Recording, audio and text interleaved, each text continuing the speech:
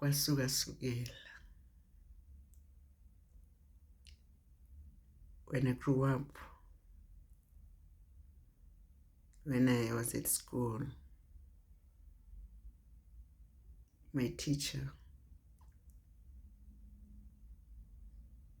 will apprehend me when I do something wrong.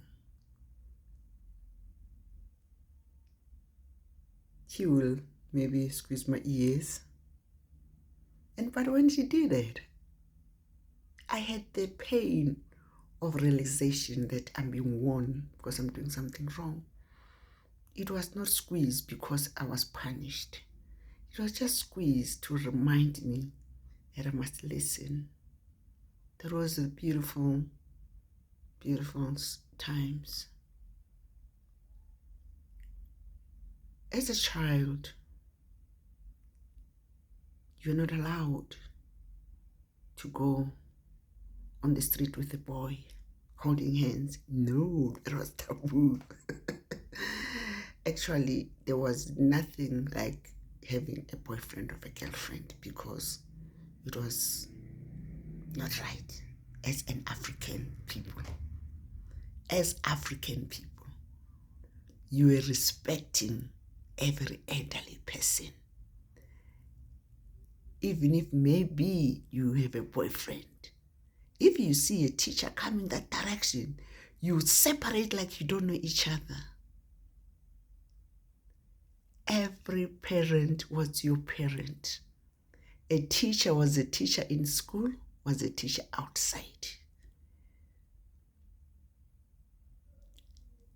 When you were being apprehended for doing something wrong, and you were told what you were doing was wrong, and you'll never do it again.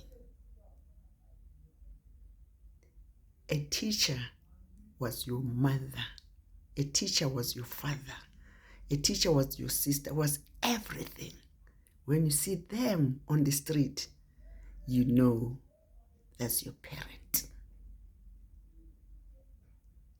When we were in school, every teacher was your mother. And teachers, they will narrate stories of their own while they are teaching you. Most of them, bebengafundi abantwana, bebefundiswa, because those teachers will narrate stories of their own journeys to the children. And even today, you'll sign somebody said, I remember teacher so-and-so. She said this and this to me. That's how the teachers, African teachers, used to do.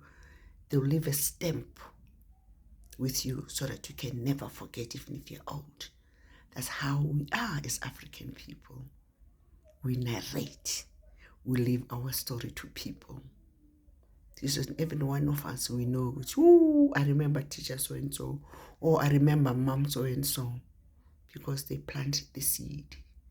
That's how our books were written, planting seeds.